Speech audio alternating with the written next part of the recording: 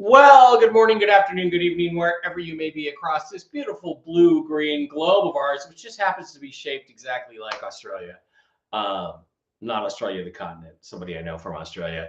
Welcome to Real News Live. I am your host, Mike Barra in Las Vegas, Nevada. Sunny today, finally in Las Vegas, Nevada. It's been dismal and rainy and Seattle-like here for a while.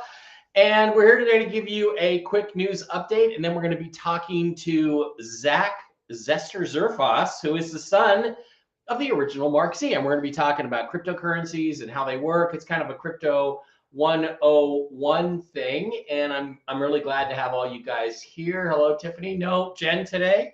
Jen needed a day off for unspecified reasons. Jerry Ann is here. R.L. Nelson's here. Ernest Rutland. Do med beds work on lizards? As I understand it, med beds, when they're available for animals, will work on everybody. Hello, Mike and Jen. Well, Sandy, sorry, no Jen today. Maybe she'll do a show tomorrow. Not really sure what's going on. Regina Mitchell, hello, sweetheart. Thank you for dinner. Regina and her husband, Jen, took me and Dave out to dinner the other night at BJ's. It's always good to get dinner at BJ's, you know, because everybody wants a steak and a BJ.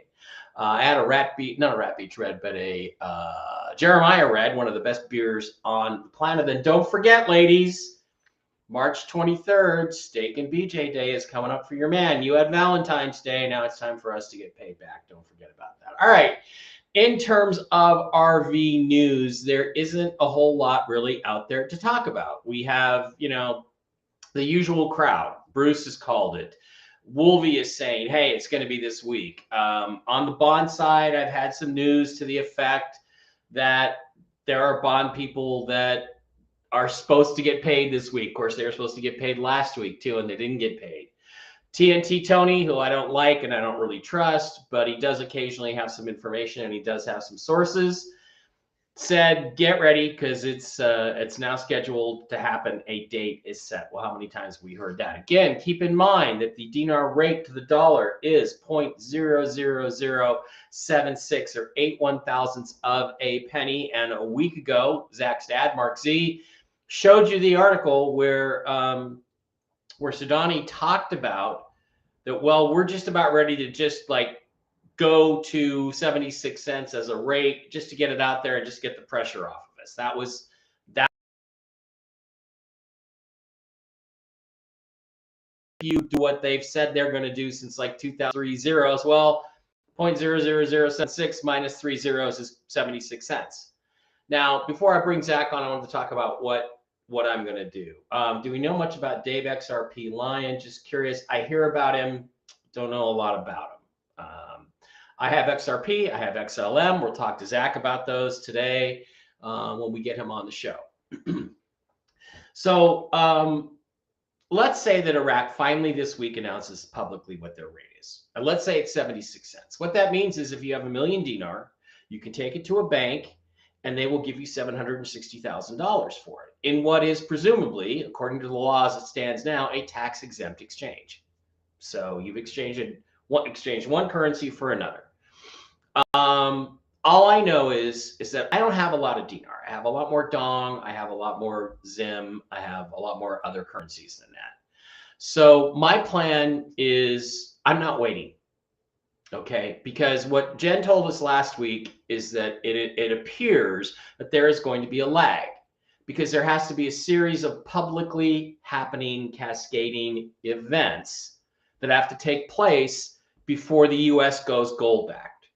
So if I were to exchange my dinar for dollars, I would be getting fiat currency. Now, most people have told us, most observers have told us that their understanding is that fiat to gold back will be a dollar for dollar thing. You won't lose it. It might disappear off your bank's website for a while, but when everything comes back up, your money will be back there, but it will be actually gold-backed currency as opposed to fiat.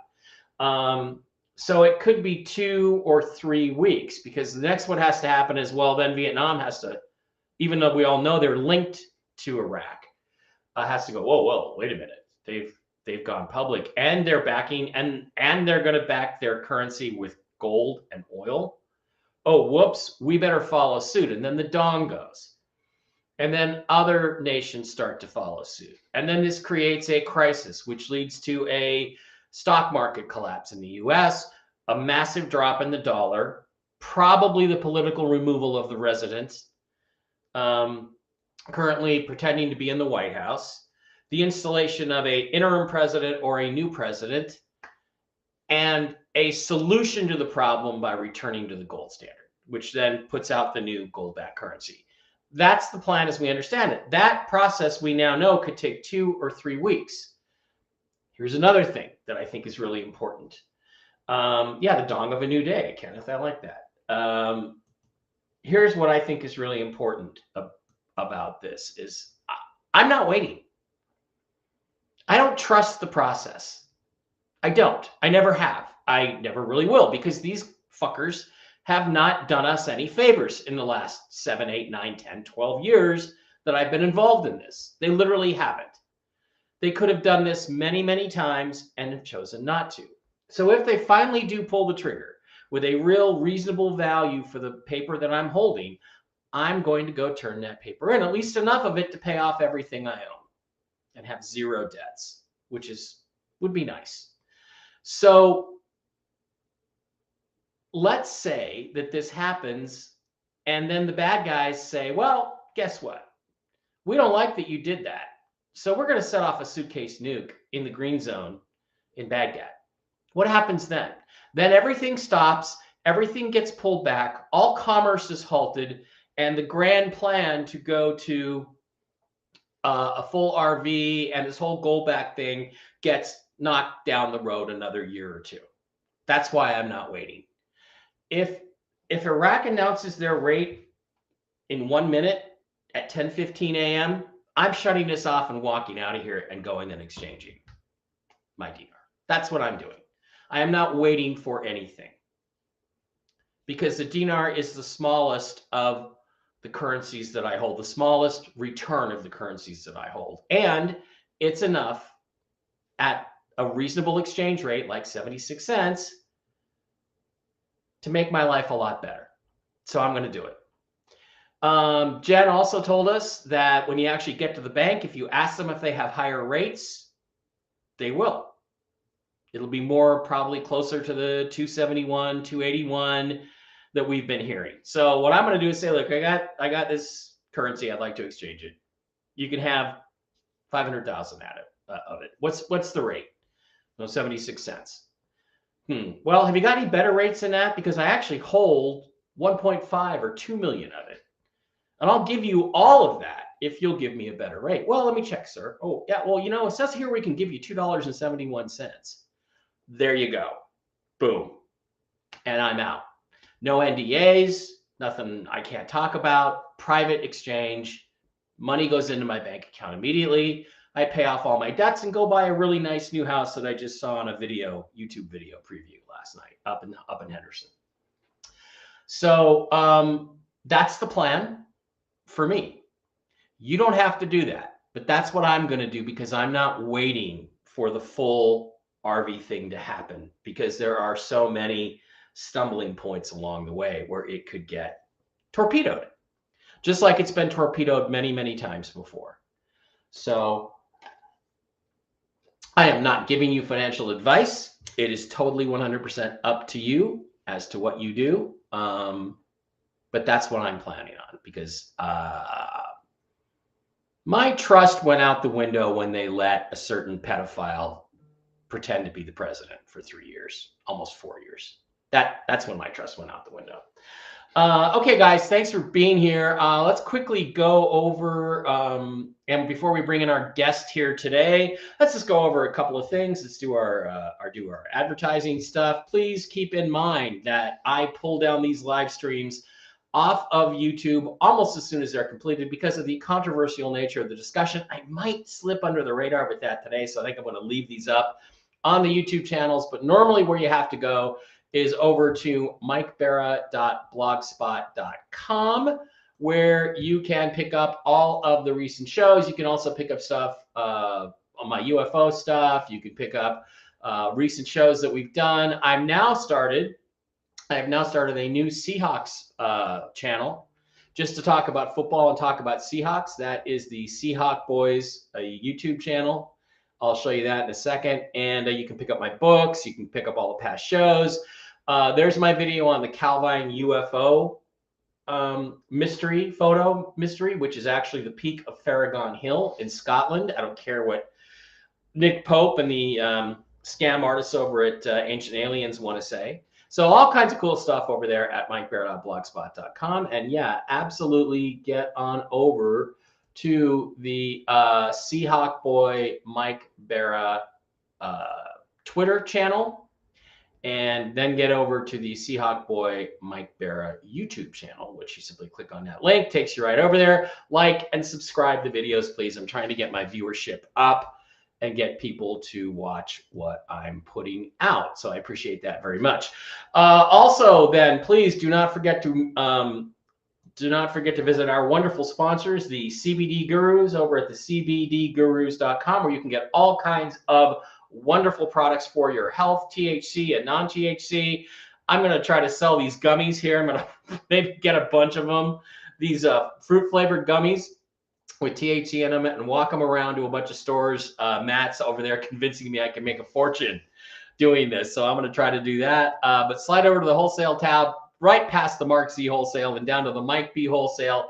Type in the discount code. I do have a discount code. Where is it?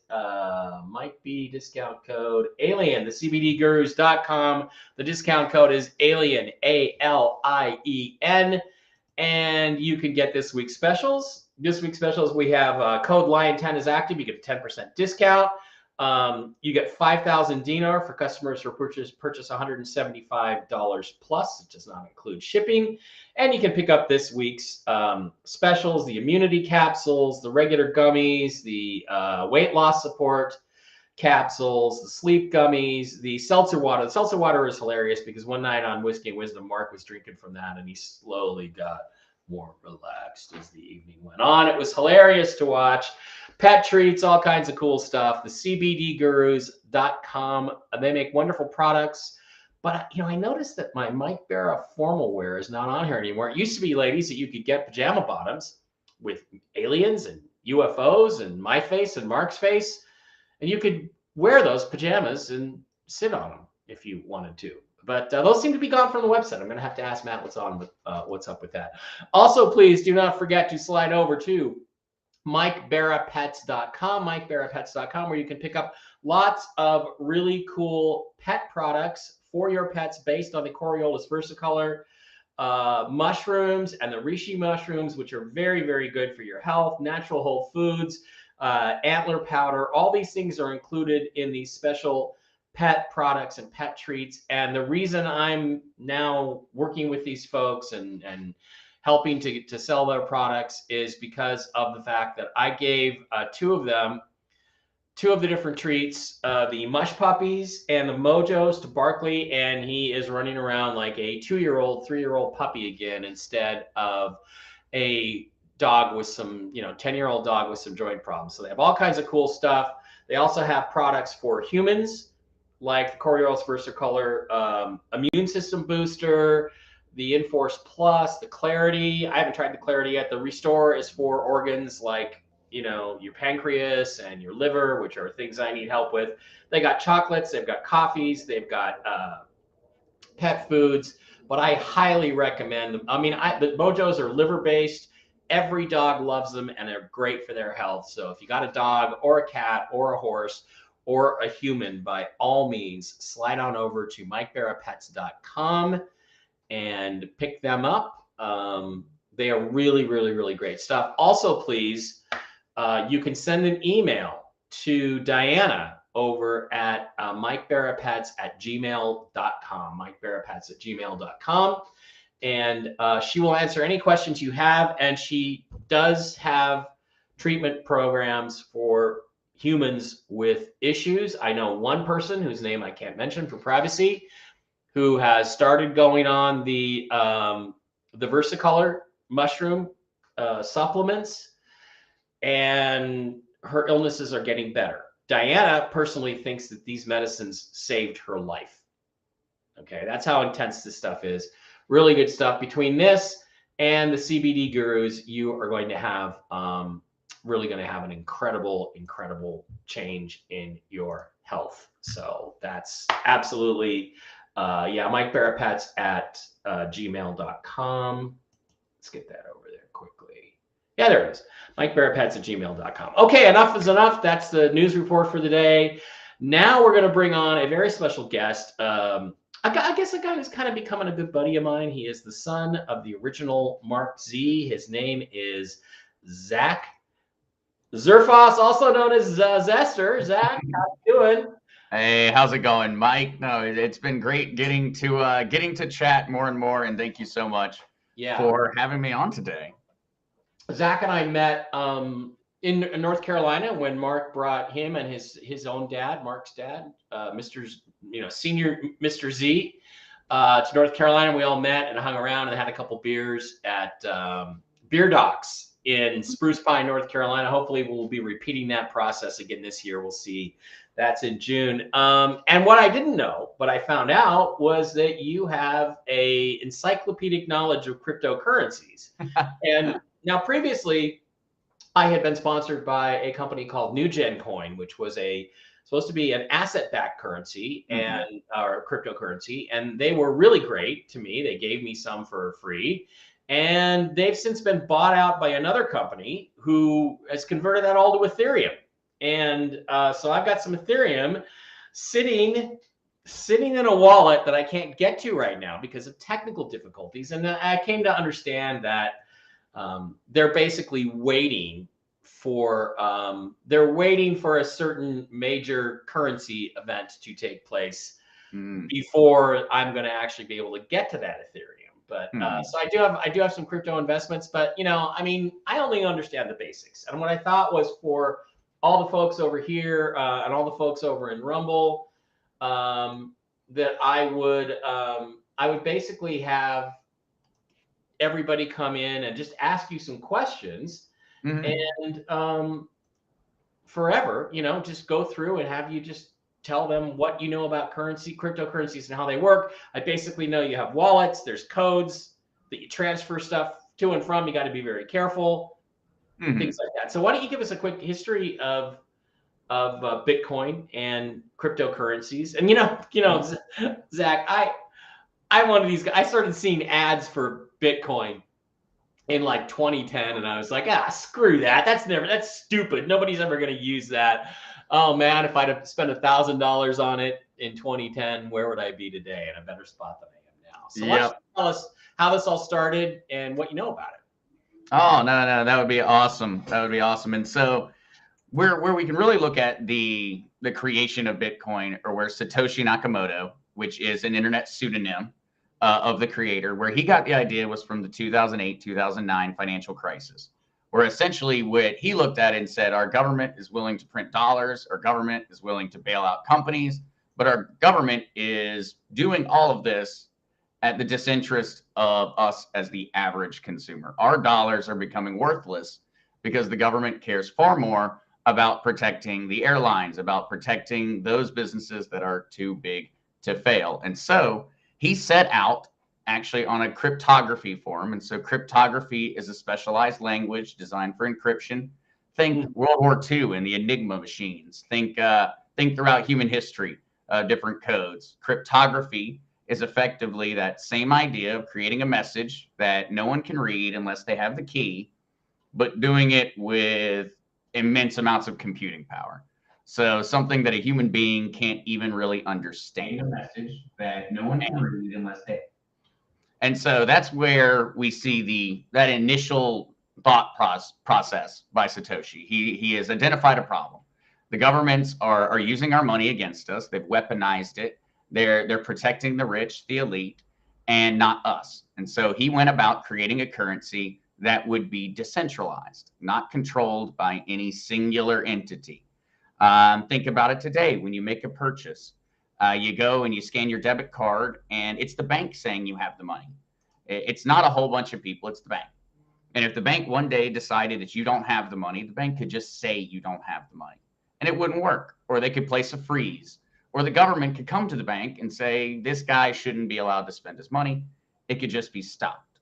With the blockchain, with Bitcoin and cryptocurrency, no longer does a government have any say. No longer does a corporation have any say over how we utilize our dollars. And so I guess that kind of goes to the philosophy of it, Mike. In terms of an origin, that was his thought process. Extreme libertarianism. I mean, extreme libertarianism. And we have years of his messages on the forums, because it wasn't just Satoshi building this. He was going back and forth in an open source manner with everyone on these cryptography websites going, how would we fix this? How would we do this? How do we set the time period for the release of Bitcoin in order to incentivize people to mine it, or to really be the people that are working in the background? And so I think right in and of itself, there is no one knows who Satoshi is.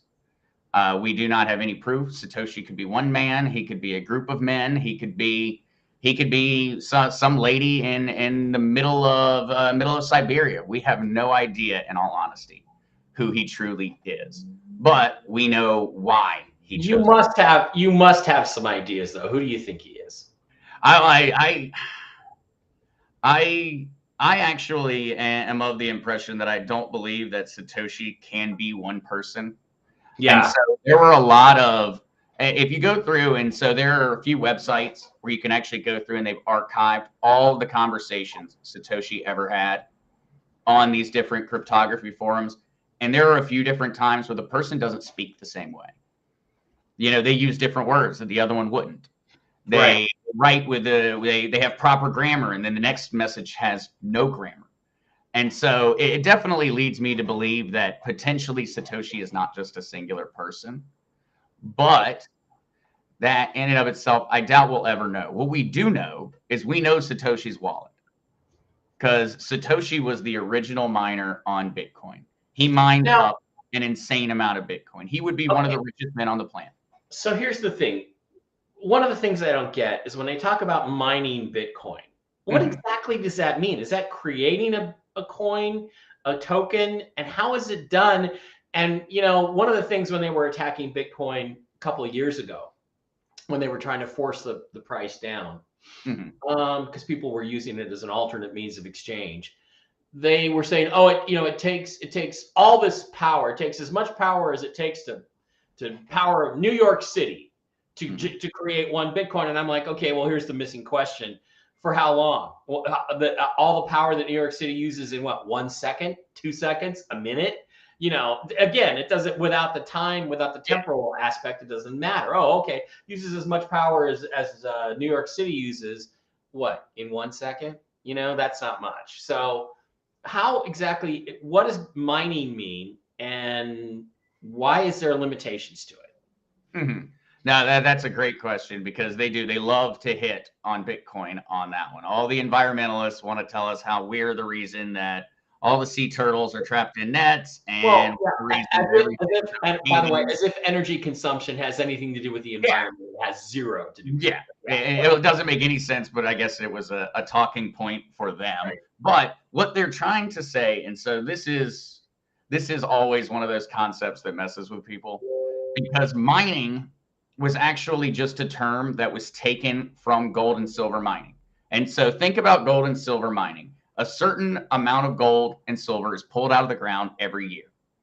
That number changes based off of the year, based off technology and mines that are currently operational. And so they took that word and said mining, as in the idea of new currency coming into circulation, because each time a new ounce of gold is mined up, effectively a new gold coin has been created. There's new gold. And so they took this term mining and they utilized it to explain what the validators are doing. People that are mining are actually validating the transactions. That's why it's decentralized. It's not the bank validating your transaction and saying, yeah, Mike has the money. Mike can send that money to Zester. No problem. $100 goes from his account to Zach's account. The bank says Mike has it and now Zach has it. So that's one point of failure. The bank has all the control. In this case, what the miners are doing is they all actually know how much we all have. And so every miner who is out there currently running a system has a ledger. That ledger says, Zach has this much Bitcoin, Mike has this much Bitcoin. They sent it to each other, and it then validates the ledger and says the right amount of Bitcoin is in the right place. The reason that they're using so much power is actually because of Satoshi's idea. And so what Satoshi decided to do is he said, our validators need to have an incentive to always do the right thing. How are we going to ensure that our validators are always competitive and are always doing the right thing? They're not sending through a transaction that's improper.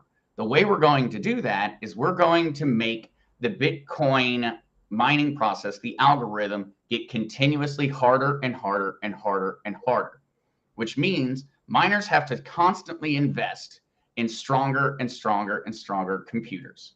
So these miners have placed hundreds of thousands of dollars into electrical equipment. They're paying thousands of dollars a month in energy costs to run the units. They have an extreme incentive to ensure that the Bitcoin network runs perfectly. And there's always a backup, because if one person decides they want to try to mess around, well, think about it. Everybody is mining. Everybody is mining. Everybody has the ledger. And so if anybody ever tries to mess around, everyone else is going to catch them. So what they're technically doing with all that computing power is they're solving math problems. That's what the Bitcoin miners are actually doing. They're solving math problems. Yeah, and that explains the math problem right. It's the Bitcoin. Now, what do you say about the people that claim that Bitcoin is actually like a deep state CIA creation to sort of bring in,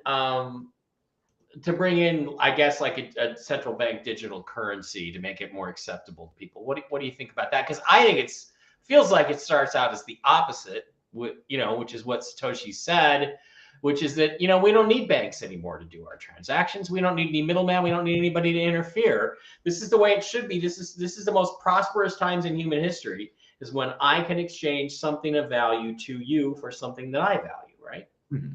Yeah. And I think that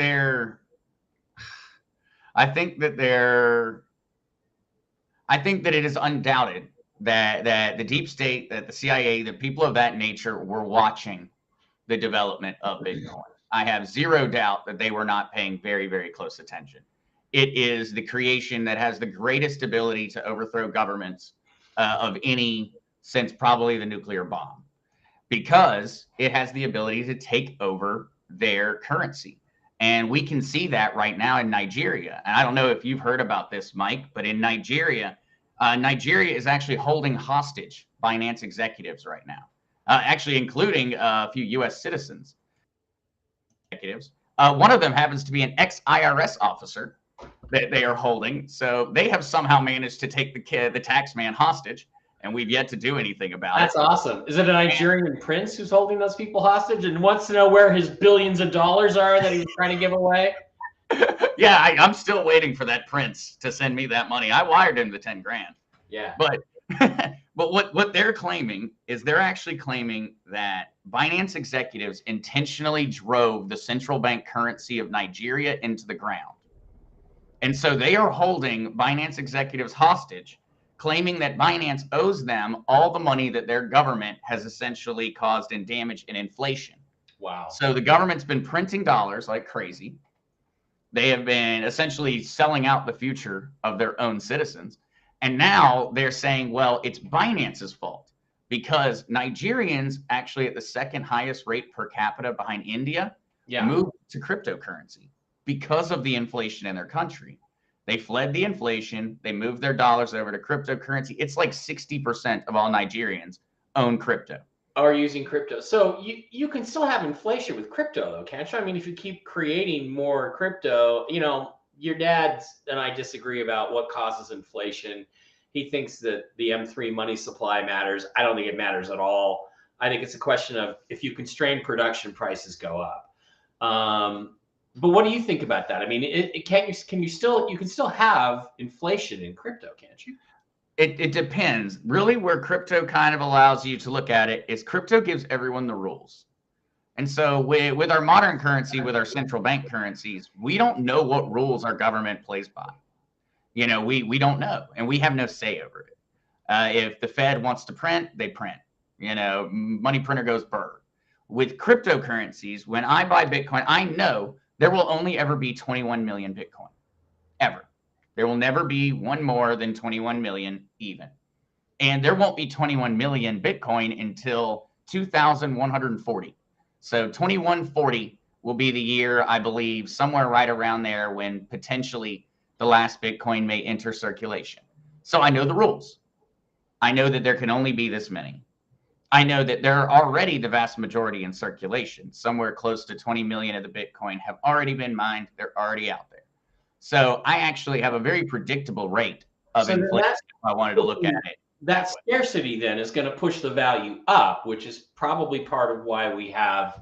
I mean, let's go over to CoinMarketCap and take a look. It's like Jen was saying, get out of Bitcoin because she got a really strong feeling to get out of Bitcoin at 64. We've been above that for a while. That doesn't mean it's not going to go down. 67,202. My Ethereum is up to 34.97 and I can't get to it. I have bills to pay. Let me get to my Ethereum. Yeah. You need to let me look at that one real quick for you, Mike. I started actually working with crypto companies back in 2016 in ICO and marketing. Yeah. And so, but prior to that, I had been an amateur, just essentially a huge fan of everything crypto related. But 2016 is when I got in to actually starting out essentially at the bottom with these companies, starting out on the marketing and the social media and the community management side, and then evolved from there. But I have a lot of experience in dealing with them. Usually it's pretty easy to resolve it, that or it's absolutely unresolvable. It's usually one of those things where either you can get your money back or you have no money. And, usually that's how it ends up settling out. Right. But I actually believe that I looked into that company way back because of Pops. So I think I did a little bit of research on New Gen. I think I mentioned it to him, and there are other, there are people involved in it that I know that are good people, and it was basically given to me as payment for their sponsorship. So it's not really a major loss because it's not like I ever had it. But here's the thing: a couple of weeks ago, before the internet outage, I could get into MetaMask, I could get into the wallet and see how much Ethereum I had and what that current value was. Now I can't, and they're saying there's issues apparently with the servers and things like that. And I trust those people, but I would like to sell some of it off right now if I could. And they're kind of saying it's waiting on a certain major global financial event to before it goes live. Yeah. All right. So what about the value of Bitcoin? Continues to go up again. It's probably close to an all-time high again. And then tell us about what the halving is. Yeah, no, actually, I was about to, I'll toss that in our private real quick there for you, Mike. This is an amazing link for those that are wanting to keep up with the halving. That is the Bitcoin halving clock. So you can actually count down, see the current minute expectation of when it will occur. There it is in the chat. So, just as like kind of basic on that one, guys, essentially what's going to happen is about every 4 years, the amount of Bitcoin that is rewarded to a miner for successfully solving the math problem gets cut in half. So with the halving that's expected to occur on the 18th of April, it is expected that, well, we know that the amount of Bitcoin that a miner receives for successfully solving one of the math problems for being a good miner is going to go from 6.25 Bitcoin per block to 3.125. And so if we think about this one, guys, it's kind of like if oil suddenly, production of oil got cut in half, what would happen to the price of oil? The price of oil would skyrocket because production got cut in half. There's half as much oil to sell. There's half as much new oil to enter the market. And so we can kind of look at this the same way. And this is a cyclical trend inside of cryptocurrency. Every time we've seen a halving, we've seen a new all-time high after it. It hasn't failed yet. Of course, nothing I say should ever be misconstrued as financial advice, but it has never happened. It is a perfect cycle to this point. And actually, this website that you guys have now, you can go through and you can look on some of the links it has, and you can actually see on the charts the exact price changes that go on throughout each happening.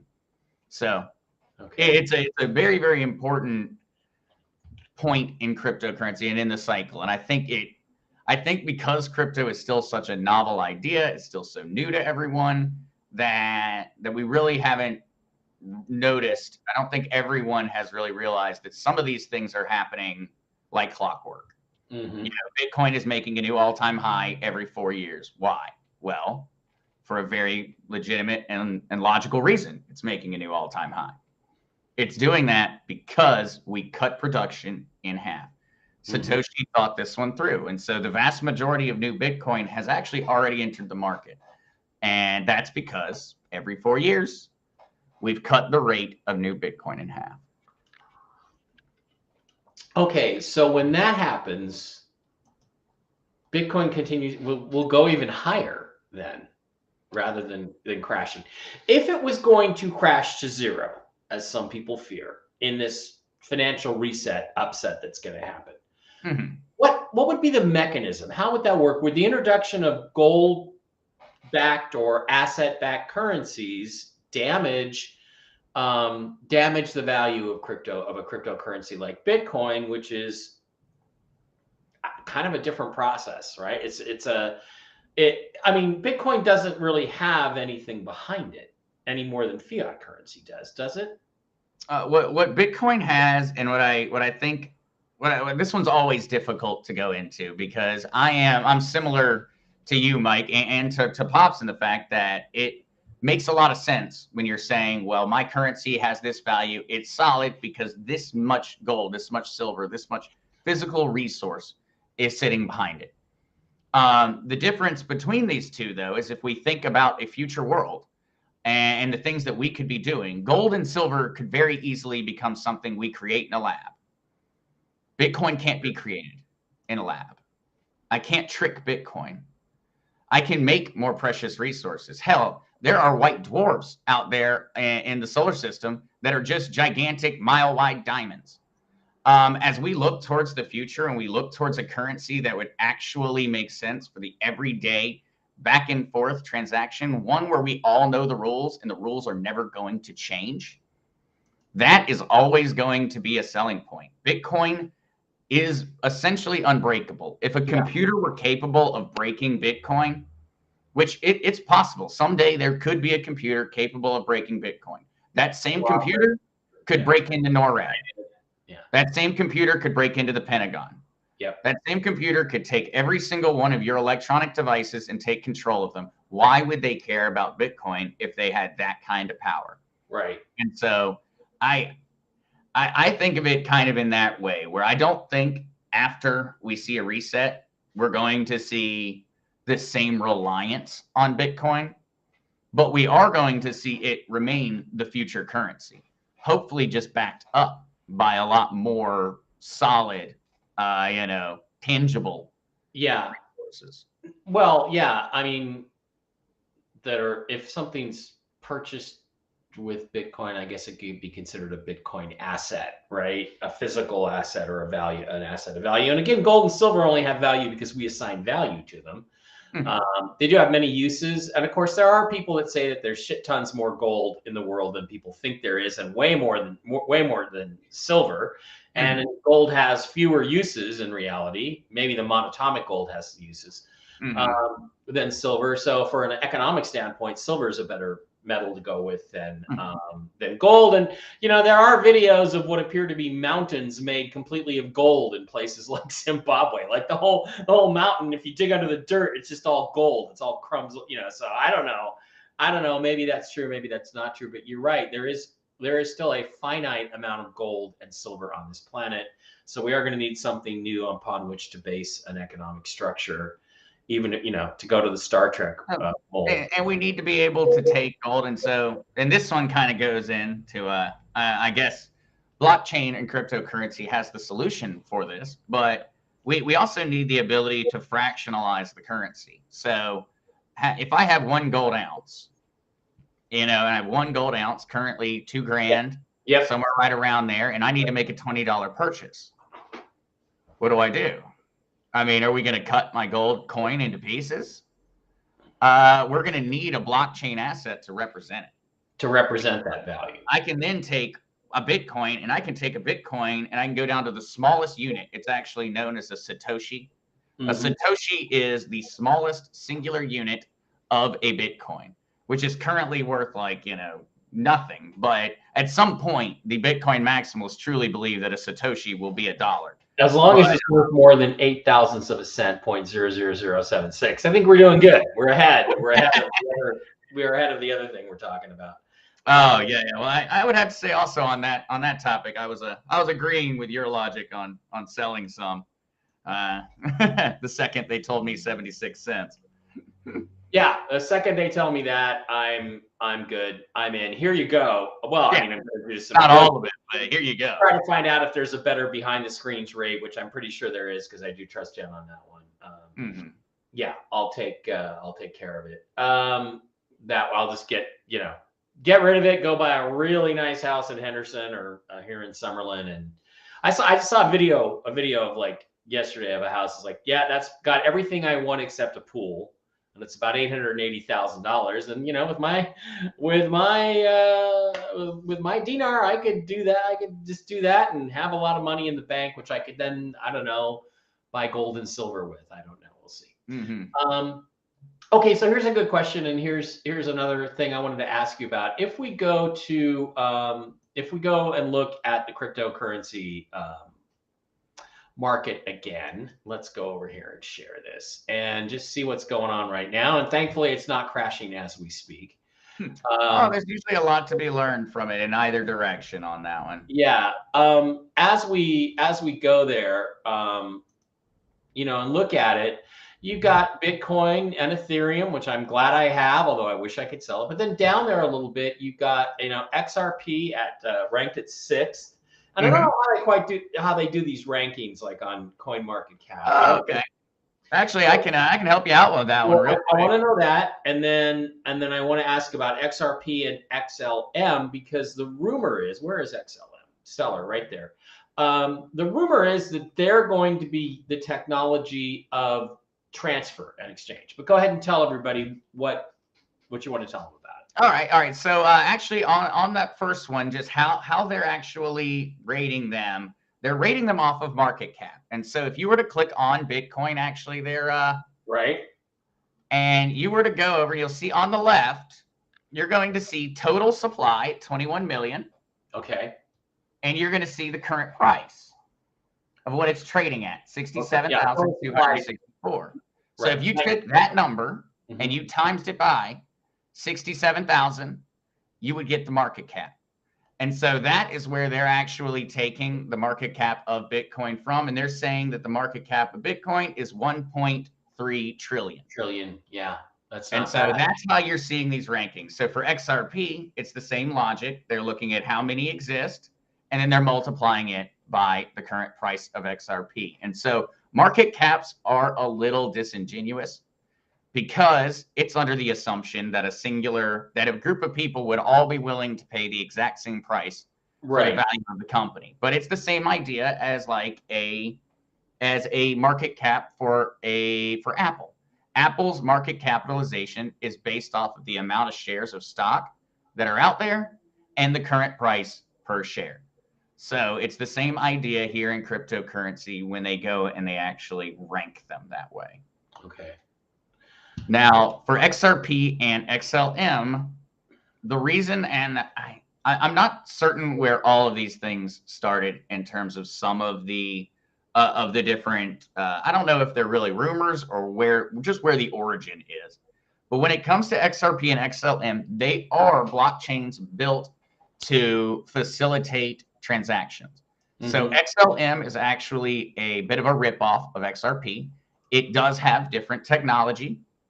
They have kind of looked at a different way. XLM is already focusing on tokenizing real world assets. They want to tokenize silver. They want to tokenize gold. They've already done it in limited degrees. And they're trying to create an ability to facilitate transactions, both XRP and XLM. That's their primary focus. For XRP, they're primarily trying to focus on cross-national transactions. They want to be able to connect an oil refinery in Saudi Arabia with a purchaser in Texas. And they want to be able to facilitate that transaction without going through the petrodollar or anything else. They want to be able to send XRP to a buyer or to a seller immediately, no problem, and that be a simple transaction. That's what they're focusing on, and that's what many governments have actually already entered into contracts with the XRP team to provide. So that kind of gives just an idea of what they're trying to do. They are attempting to just facilitate transactions and transactions alone. Now, what I think that people need to take into consideration is look at what their intent is with the currency. Their intent is to facilitate transactions. What would be particularly bad for facilitating transactions is volatility. Volatility in a price is not good if you are trying to be transactional. You want to be pretty solid. And that is one thing that I've always thrown out as a caveat to everyone is remember we just learned what is necessary to affect the market capitalization. And so it's the amount of tokens that exist and the price per token. So XRP has got a lot of tokens out there. And that's why they have a market capitalization of 32 billion or almost 33 billion and a price of only 60 cents. That's because there are 100 billion XRP that exist. Remember, there were 21 million Bitcoin ever. So that there is one little thing that I thought that a lot of times I'll see people say that like XRP's price is going to go to really, really high levels. It's not mathematically possible. There isn't enough money that exists on the planet for XRP to reach some of the price tags I have heard people say. Now, do not in any way believe that does not mean that I hold XRP, and I do. I hold a lot of XRP. I'm a huge supporter of it. But I think when you look at it and you take into consideration, all right, their goal is to provide a transaction currency. And there are 100 billion of them in existence. And so they don't want volatility. It's bad for their job. So they're going to want to try to get the price to a certain point and start to hold a little bit solid on it. And we also know, because of the amount that exists, if XRP were worth, $10, then the market capitalization of XRP would dwarf, the free world. As we start to look at some of the price tags on where it can go, we start to look at a point where there isn't enough money. It's interesting. I checked with Jen, my psychic, and she said you're going to get more bang for your buck out of XLM than you are XRP. And and I'm like, well, what you're saying actually lines up with what she said. That makes more sense. What about the fact that they were created, I guess, because of the difficulty in actually doing Bitcoin transactions. Bitcoin transactions take a long time. So they had to make Bitcoin Cash, which is like a separate coin, not really associated with Bitcoin, or is that just like you can easily take a portion of your Bitcoin, put it into Bitcoin Cash, and then buy stuff with it? Bitcoin Cash. So Bitcoin was having an argument. Whenever an update is going to occur on Bitcoin, the miners and the people that hold Bitcoin have to vote. And on this case, there was a group of people in Bitcoin who wanted to provide an upgrade that made Bitcoin faster and made it cheaper to send. And then there was a group that didn't want to. And so what they did was they were sitting there and they were fighting back and forth, and we were in a bull run. The price of every crypto is skyrocketing. And so the guys that were sitting there going, we need this now, were frustrated.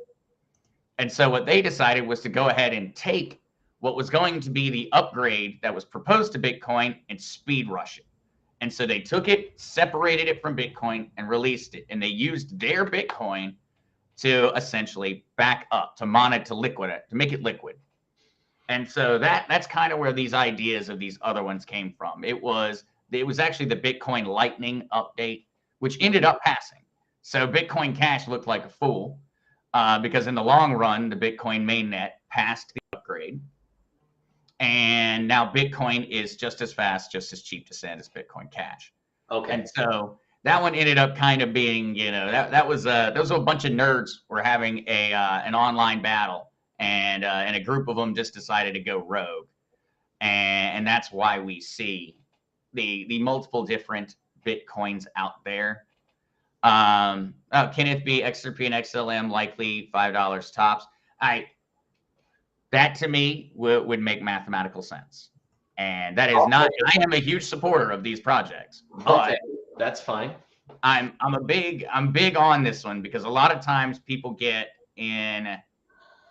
They get in the FOMO and they're looking at the prices and they're saying my Shiba Inu is going to be worth a penny someday, and I go, okay, well let's do the math. If your Shiba Inu is worth a penny, then how much money is Shiba Inu worth as a project? Well, it's worth more than the whole planet times 10. Yeah. That's more money than every billionaire on the planet, and it's not even close. We need to multiply billionaires. Okay, so, the thing about this, Big Square, who I like a lot, but he's got a complete blind spot about the currency reset. He just doesn't understand how it could work. I've met the guy and hung out with him a little bit and tried to talk him into it, and I just can't. And he was like, well, XRP and XLM, those are deep state coin. You don't want to buy those. That's bad. But then he was really pushing, like Dogecoin, doggy coin is what it really is. What's pushing its value before we get to Theta? What's pushing its value? This is actually a good one to go over there, Mike, because Dogecoin is one of the first ever cryptocurrencies released. And Elon Musk got behind it, right? Yeah. Dogecoin is inflationary. So when you mine Dogecoin, and forever, as long as you continue to mine Dogecoin, new Dogecoins will be minted and given to you to pay you to mine. So Dogecoin is never ending inflationary. And so this is where we can look at the rules of the cryptocurrency. Everybody gets to know the rules. Everybody's on the same playing field. Now we know Dogecoin is inflationary. It will print new Dogecoins until the end of time. So, it's a good one where we get to kind of look at it, but the real reason Dogecoin's price continues to go is Elon Musk. Yeah. I had a bit of a ringer of a gig going for a couple months back in 2021 and 2022. I had set up a bot where every time Elon Musk tweeted and mentioned Dogecoin, my bot would buy Dogecoin, and then 10 minutes later it would sell it. And it became such a predictable event. You could make 30-40% on your money literally every single time Elon Musk made a tweet. But I really do. Dogecoin has value because of memes. It is the true example of how meme advertising and the internet culture can really just decide to give something a value. Dogecoin has no value. They make no money. They provide no service. The cryptocurrency is not efficient. It is never-endingly inflationary. And yet, look, millions of people own it.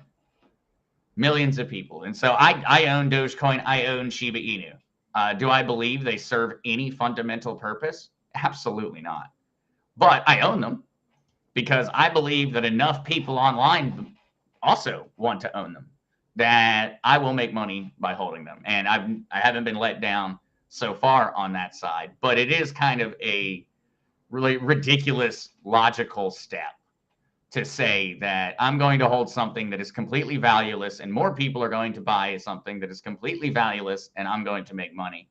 I guess it kind of makes me think of tulips. Have you ever heard of the tulip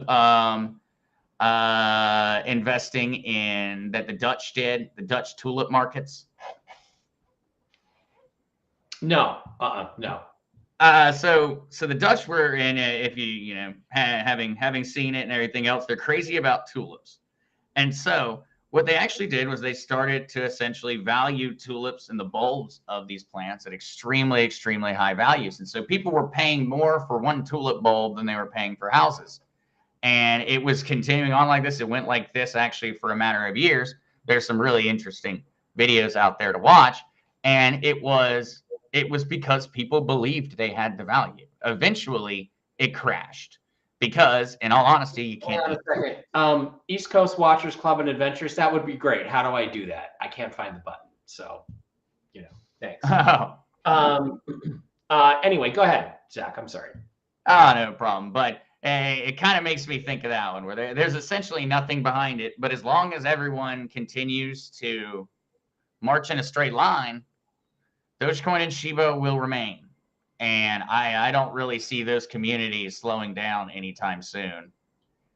I mean, I certainly wouldn't put any dollar into anything like that without having an exit point that I was planning on. Right. So Ethereum or Theta Network. Theta is one of the ones I used to hold a lot of because you know, a guy like Bix was really into it, and the whole concept is that it was a product basically where you would if your computer was sitting there idle and not using its bandwidth, it would share the bandwidth with the rest of the internet. In other words, people could use your unused bandwidth when your computer was idle to increase throughput all over the world, all over the internet.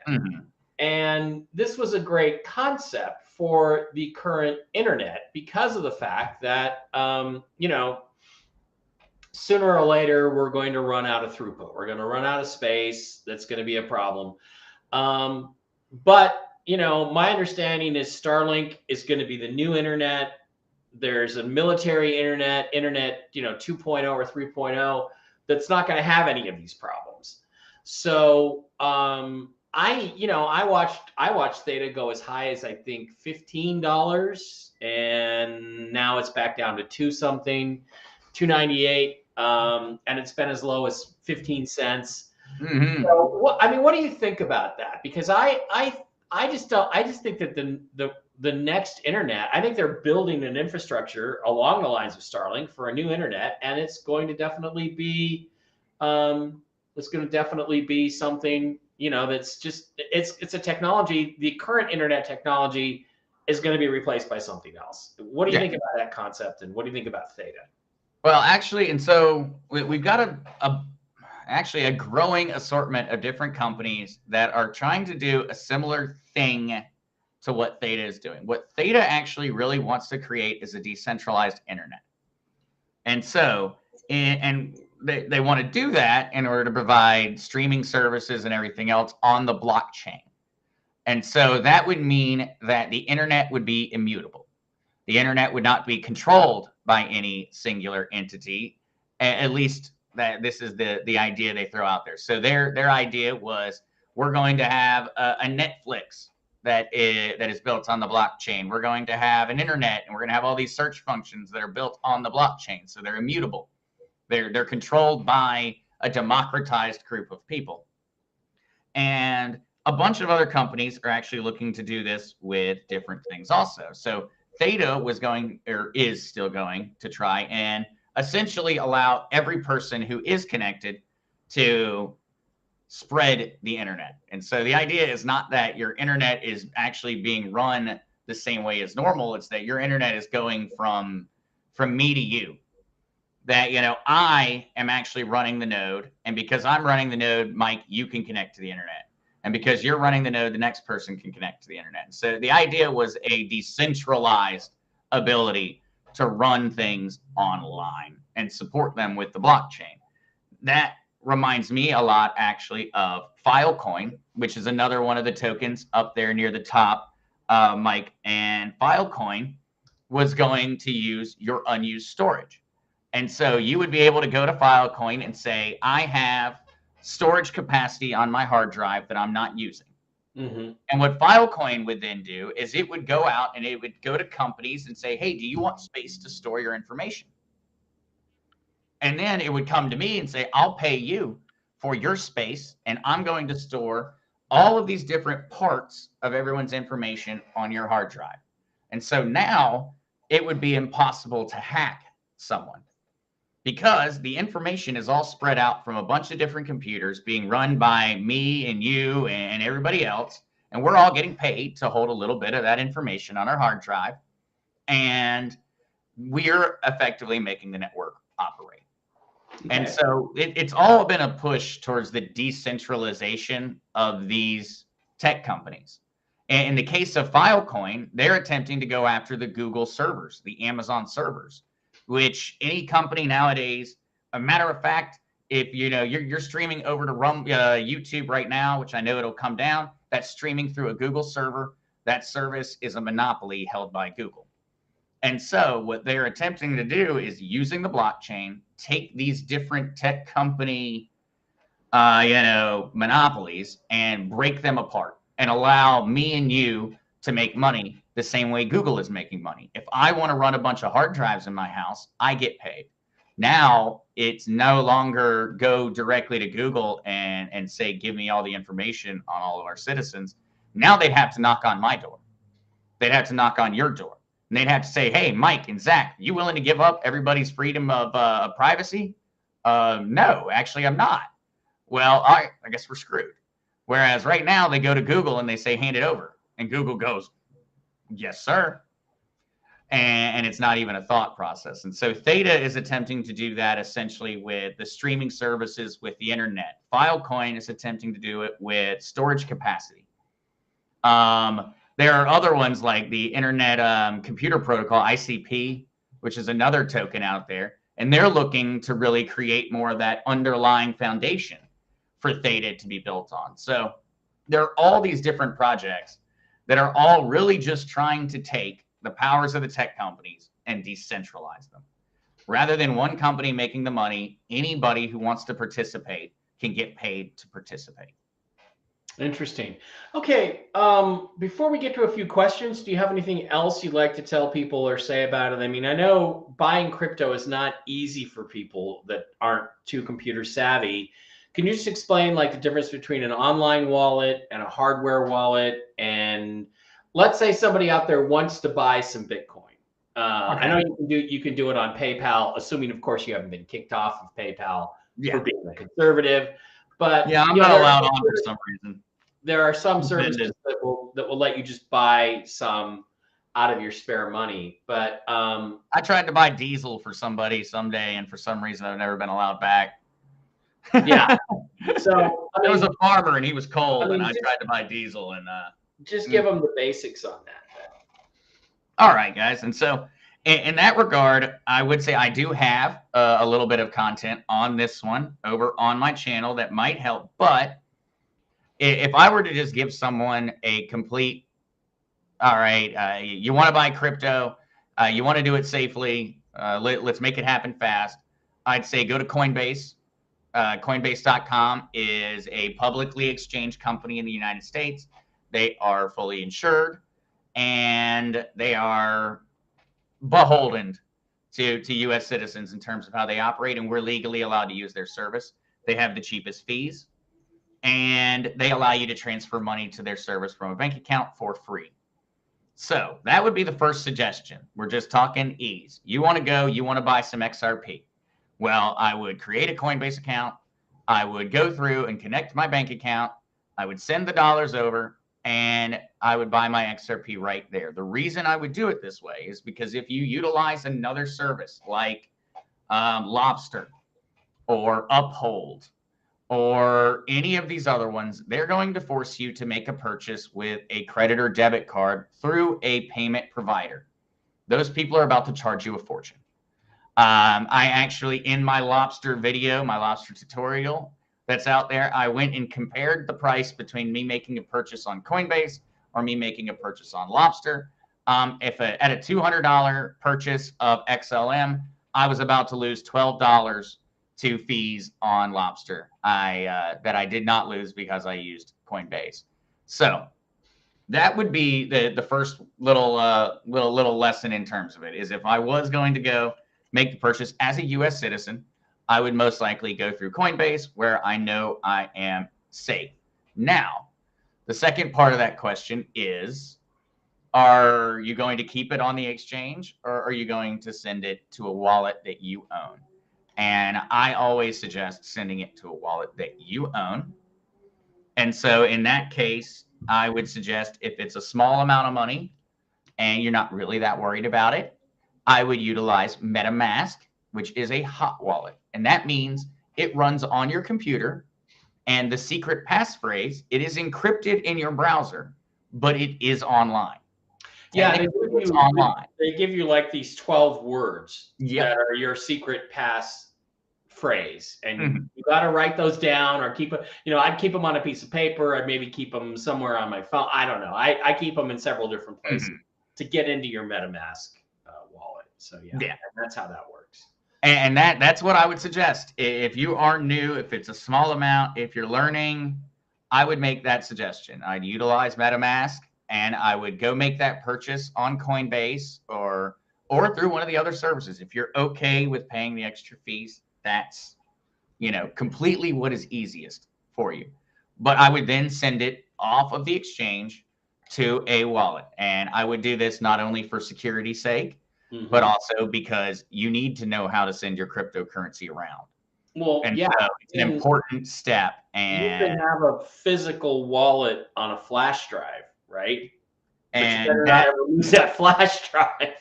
Well, actually, so say you did. And so this is what I would say. I keep all of mine on a hardware wallet.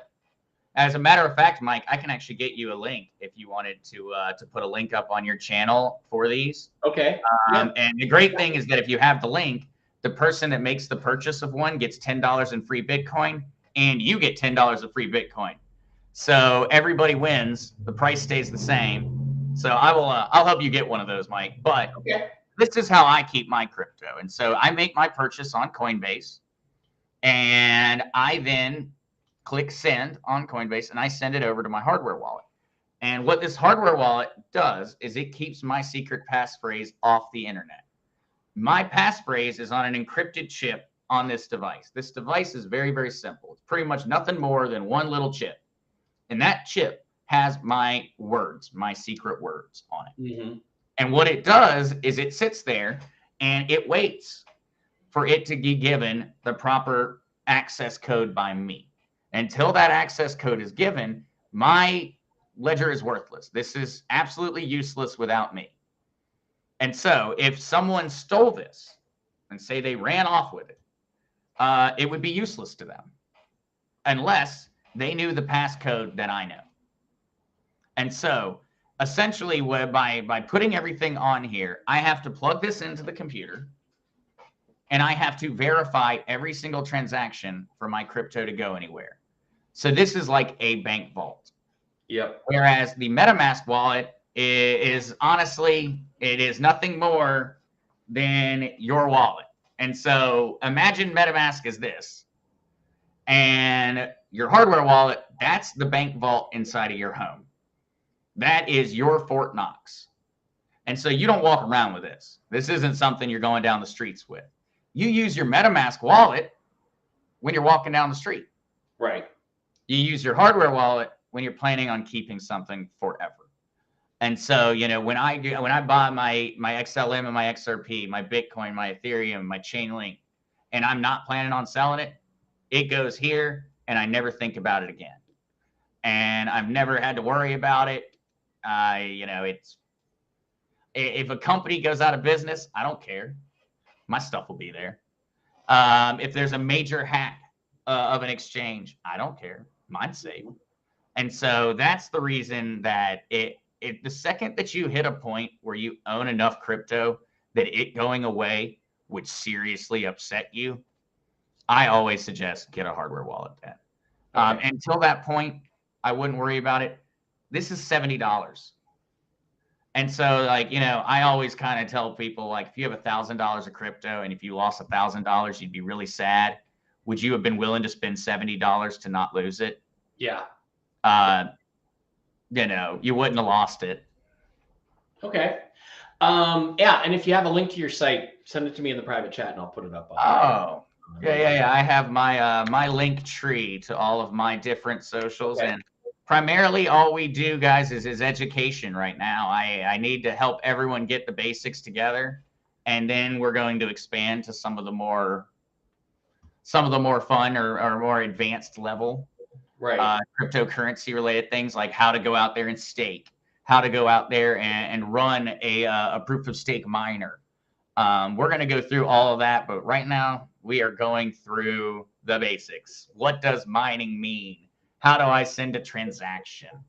So just as a heads up for those that may know a lot already, it may be a little boring at first, but we are working our way up the difficulty ladder. Okay, here's Zack's site. It is Crazy Cryptonaut, exploring the crypto cosmos, tips, trends, and fun facts. This is his link tree, and I just put it in the chat stream for pretty much everybody. Should be able to get to it there. And I will put it in the description to this live stream after we're done. I'll make sure it slips in there. He's got a Twitch, he's got a YouTube, he's got a Rumble, he's got a Twitter, Ledger hardware wallets. There you go. I imagine if I clicked on that, that would be what you were just talking about. Right? Yeah, no, actually, don't click on that one because I'm going to get one working for you, Mike. Okay. Okay. So yeah. Disregard that one. Usually it's just always up there, but yeah. The only I'll get one for your community going so that, yeah. Y'all can enjoy that. Zack, the only thing I noticed you don't have on here is an OnlyFans, but nobody if times get tough enough. Make it anyway. Nobody wants to. Times get tough enough. $20 is $20.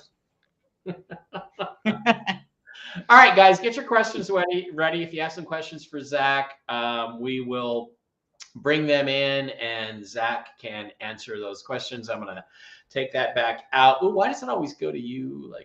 Why does it always go? I'm not certain. Restream is a little different for me, so it keeps jumping. So anyway, get your questions in there in the chat and over on Rumble. We'll look over on Rumble first and see what's going on over there. Angels 0964, not sure why I had to subscribe again. She's now a monthly supporter. Little Red Castle, $5 a month. Thank you. I don't know what's going on. It seems like some people are getting unsubscribed, but see if there's any questions over there. There's a question for Jen. I'm sorry, Weezer. Jen's not here today. Maybe she'll be here on Wednesday. Magnum Mike wants to know, Zack, the Little Red Castle, he's a $5 a month subscriber. That's the best way to support the show. Is to go in on Rumble, subscribe for $5 a month. We really appreciate it. Magnum Mike wants to know, is XRP and or XLM key cryptos involved with the QFS and the RV as reported by some? I'm not sure that's really your area of expertise, but if you have an answer, give it a shot. What I do have on that one, Magnum Mike, is that the technology being developed by XRP and XLM most likely is. XRP and XLM themselves, I have no ability to to predict on that one. But what I do believe is that their technology, many different cryptocurrency companies, I know from having worked with them, we constantly get asked questions by people that are acting very weird and asking very complicated questions. And so I do strongly believe that there are many folks out there from government organizations, from financial institutions that are going through and learning from. As a matter of fact, we know Ripple and XLM have already partnered with different central banks in order to have discussions. We know they've partnered with the Banks of America and these other major institutions. So that one's one where I feel like it depends on what the involvement means. I believe they are involved.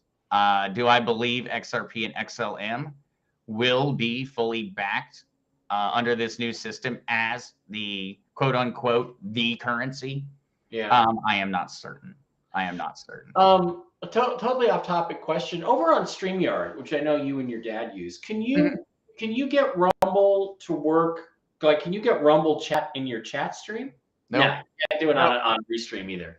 Nope. Yeah, it's like because Rumble is true free speech, they don't really want to support it. So it's pretty Yeah, no, it stinks. But no, I have to do the same thing where I have my chat from Twitch and YouTube are coming through on StreamYard, and then I have to keep a Rumble screen going so that I can see anything that's going on over there. Yeah, Rumble needs to work on the tech a bit. Okay, another question over here on Rumble. This is KTurtle8. She says, "Hi Zach, I transferred my Ethereum to my ledger because of the bridge not being accessible.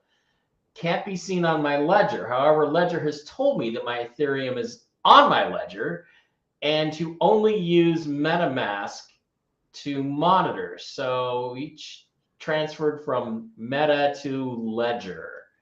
Can you help them with that at all?" Zach's doing tech support now. That's what we got. Yeah. That's usually what a lot of the stream is we do a lesson and then we do short tech support and then we get back to the lesson and then short tech support. But KTurtle, in regards to this one, so I'm a little confused about the bridge part. And what I'm thinking, just based off of the way you're saying it, KTurtle, is I'm guessing that you bought Ethereum on Lobster. And I'm guessing what that means is you bought Stellar Ethereum. And that means it's a mirrored version, a mirrored asset of Ethereum. And that means it's on the Stellar blockchain. In that case, it probably is not viewable inside of the ledger. And that means it would be held on your actual Stellar wallet. So I'm a little curious here on this one, KTurtle. I don't know if you're able to get to get back an answer on that one in the chat. If you are not during this one, KTurtle, in that link tree, I do have a Discord where I have a ticket system for solving, essentially for playing IT guy. And so I think that's the most popular part of my entire Discord group there, Mike. It is definitely the tech support section. Yeah, and that would be over on, if you go to his link tree, get over. Yeah, that'd be the top one, that Discord server option. And then if you once you jump on into there, you'll see once you get past the CAPTCHA, you'll then be able to go and submit a ticket. And the reason I do that is so that there's never a question over whether someone is actually talking to me or whether someone is talking to a scammer. If you go through and you talk to me in the ticket room, you know it's only me. There's no chance of some lowlife coming in and trying to convince anyone to send out their information to a bad place. Which you should never do. Of course, never trust anyone online. Okay. So Kenneth, I guess, wants an answer on our earlier question about Theta. Do you think Theta is still a good buy? I think that when it comes down to that one, that I don't like to throw out specific times. And also, I would say the best time would have been 6 months ago, 9 months ago. And that's just something that you're going to see during the bull market like this. I always believe that if you support the fundamentals of a project, that one Theta is worth one Theta. One Bitcoin is worth one Bitcoin. What I pay for it is honestly not that important. If you truly believe in the fundamental future of your investment, then you don't really need to look at it as a matter of timing the market, because timing the market is kind of like catching falling knives. You might do it 3 times in a row. The 4th time, you got a knife through your hand. So that's one that I don't try to do. I try to just go ahead and make the purchases of the tokens that I already appreciate, that I support on a regular basis, regardless of the price. If I see the price skyrocket one week, I'll take that week off I won't buy. If I see the price is in a complete free fall, I'll probably sit and try to hold to get the right point, but I don't try to overthink it. I am building a future. I'm not trying to build a house that's going to be ready in 6 months. I'm trying to build a house that I'm going to retire in. So I don't like to look at it in too much of a, is this the perfect time or not the perfect time? I was buying when no one was during the low point of the market. Mm-hmm. And I have continued to buy as the price has skyrocketed. I actually have not, though, for the past week and a half because of the way the market has been looking. Just because I'm always buying. Why do you think it's too volatile right now, or? I think that the market is priced in the halvening too early. And so the market is pricing in the expectation of what Bitcoin will be following the halvening. Yeah. And when we look at the cycle, we saw this one actually occur during the 2020 halvening, where we saw kind of too much excitement. Yeah. One of the great ways to look at that one is when you're on CoinMarketCap, look at the greed index. Are people buying or are people selling? Look at the greed index. And we have been seeing way too many days with way too much greed. And that usually is an indication there's a lot of cheap money. And so even today, while the price is going down, we still see greed. Yeah, the greed index is way up there, 85 extreme greed. It's right and over the here. The prices are all plummeting, and we see greed still that high. Yeah. And when I see stuff like that, I start to get hesitant. I am a very conservative person when it comes down to it. One of my favorite quotes is "Bulls and bears both make money. Pigs go to the slaughterhouse." And so that was kind of my thought process on why at the moment I was holding back, because I was going to make my purchase at 73,000 on Bitcoin, and I'm going to make my normal purchase. Like, all right, I'm going to go in, and I'm looking at what I'm going to get. And I'm like, now this doesn't make sense. Hold the money, wait and see whether we don't see a price drop, and then be ready to actually make the move with dollars rather than having already, handed them off to all the greedy, the pigs that are in the market at the moment. Yeah. Hi, Zico. Kenneth wants to know if you have dinar. That's a personal question. He can answer it if he wants to. Yes, I do. Actually, I made my first purchase of dinar myself at 10 years old. Wow. Birthday money. Wow. That was the first time I bought it with my money. I got birthday money and went to the exchange in Norfolk, Virginia with my father to spend my birthday money on dinar. I am 31, guys. And that was 21 years ago. So, wow. Yeah, I have got a bit of dinar.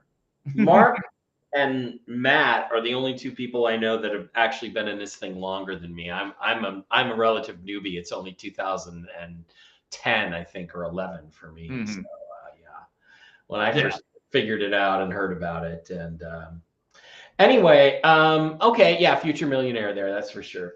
All right, so that kind of is it in terms of the questions. I don't think there's a lot of people that have questions, but I want to thank you.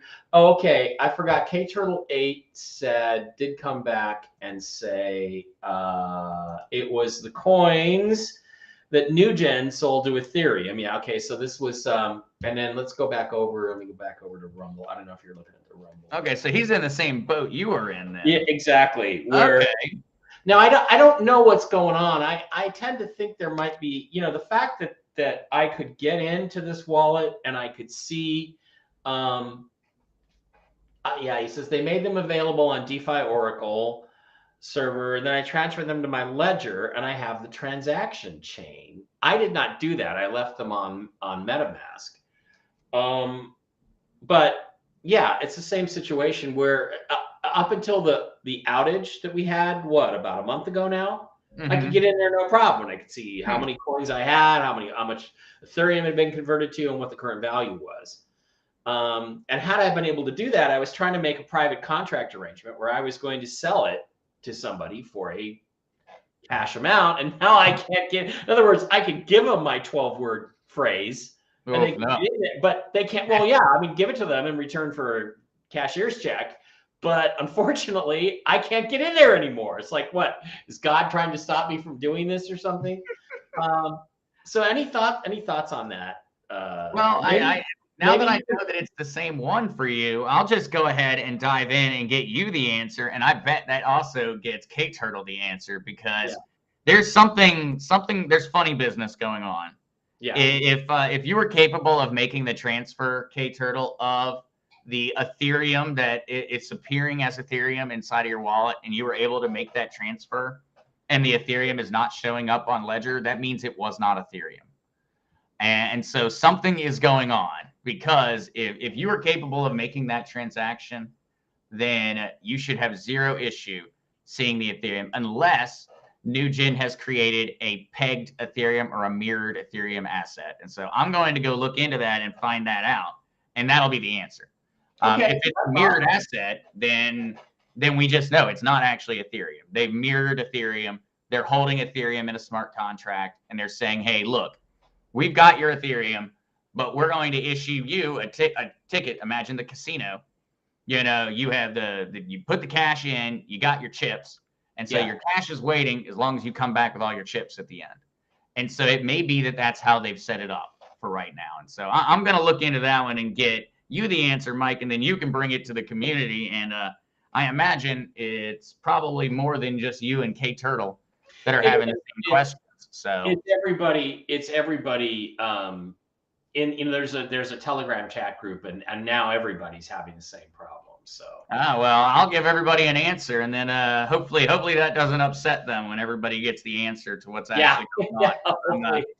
Hopefully it does not upset them. Yeah, All right. yeah. Zach, thanks so much for being here with us today. Again, the news is that there's not much news. We're just waiting on one thing, for Iraq to make a public announcement as to what their new rate is. We're still guesstimating at 76 cents. Most everybody is saying it's this week. Even your dad is saying he's hearing this week. But, we're in the same thing. Every time we get to the 18th to 20th, it's like, I hear it's going to be by the end of the month. I know that's what your dad hears. I hear the same shiz. Everybody is looking at this stuff. We're also watching Buckingham Palace, because it does appear that somebody in the royal family has assumed room temperature. There's a lot of speculation it's Kate Middleton. There's some speculation it's King Charles. There's some speculation it's Prince William. Nobody knows, but there are some signs out there. There's rumors of flags at half staff. There's the BBC logo on Twitter X was turned black yesterday. We don't know what's going on. But there are people watching, and that could be a big political event in this process, because remember, the process is financial and political, and the political is to distract from the financial, and the financial is to force the political in the public's eye. We all know what's really happening in the background. It just hasn't come out in public yet. One other quick question. Let's go with this one. Maybe this is not quick. East Coast Watchers Club and Adventure says, Zach, have you ever looked into XYO? I actually do not know that ticker symbol off the top of my head. So unfortunately, I cannot give any advice on that one. But I wrote it down so that I'll give it a quick look as I'm looking up new gen. Maybe it's something interesting, because some of the best things I've ever found have been suggestions I've found in a random chat room. Some of the best purchases I've ever made were some random guy coming through throwing out comments. So I will check it out and get back. Okay, well, wait a minute. This is interesting. I'll go with K Turtle 8 again, and he or she has one last thing. Thank you, Mike and Zach. Thank you, Jerry Ann. Let me post this saying, they made them available on DeFi Oracle. That's correct. And I transferred them to my Ledger, and I have the transaction change. Now, when she says Ledger is that's a product, right? That's not. I mean, because Ledger is a product, and so when you purchase it and you plug it in the first time, it makes up the code on the spot. It is your Ledger. Ledger doesn't actually have any access to anything that you keep on their products. They couldn't even gain access to it if they tried. It's built so that the second this device is plugged into a computer, it essentially shuts down the ability for it to occur. And so you are buying from the company Ledger, and Ledger does provide services that you can pay for on top of it. But ultimately, all you've really done is you've purchased a bank vault. It'd be kind of like saying that Smith and Wesson owns my gun rack because their name's on it. It's the same kind of idea. My guns are in a Smith and Wesson safe, but it's my safe, not Smith and Wesson's. Okay. All right, kids, that's going to do it. Zach will get back to us when he has a chance. We appreciate it. And we'll let you know in the Telegram chat room. Don't forget, you can always find me on MikeBarrett.blogspot.com. You can find me on here on Real News Live or on Rumble. Mike Barrett 33 on Instagram, Mike Barrett 333 on Twitter X, at Mike Barrett 333 on Twitter X. All over the place. And the Telegram channel is Mike Barrett Chat is the best one to go to. Pretty easy to find over there. And Zack is available over. You can go to his Linktree, and you can be directed to his various resources there. He is Crazy Kryptonaut. That's his Linktree, and hit it. Follow his YouTube channel. Get his YouTube channel. Follow him there. Follow him on Rumble. I didn't realize you were on Twitter. I'll follow you on Twitter. Are we following each other on Twitter? I was at the very beginning when I was going to make a little post. I was trying to find that out, and I found you after I made the post. So I have found you on Twitter now. All right, that's we need to get that. We need to get to following each other on that one. All right, yeah. And I am going live at 5 p.m. Eastern Standard Time today with a for more crypto Q&A, answering questions and things of that nature. So cool. I'm out there on a regular basis. So get over there and like and subscribe to Zack and everybody. Guys, thanks for being here. Have a good day. I haven't really talked to Jen. I assume Jen's going to be back with me on Tell the Truth Wednesday. Toxically Masculine Tuesday is tomorrow night. And we will see you guys then. Thanks, Zack, for being here. And thanks for the crypto lesson. It was very important, very interesting stuff. Thank you so much, Mike, for having me. And I hope I have some answers for some of these Nugent questions for everybody. That might become very fruitful for everybody. Yeah, and whatever you get, we'll post over there in the Patriot Venture Chat is what it's called on Telegram. Patriot Venture Chat, which is the folks that were invested in Nugent. So we'll see. Awesome. All right. Thank you so much. Thank you for being here. We'll see you guys tomorrow. Zack, you're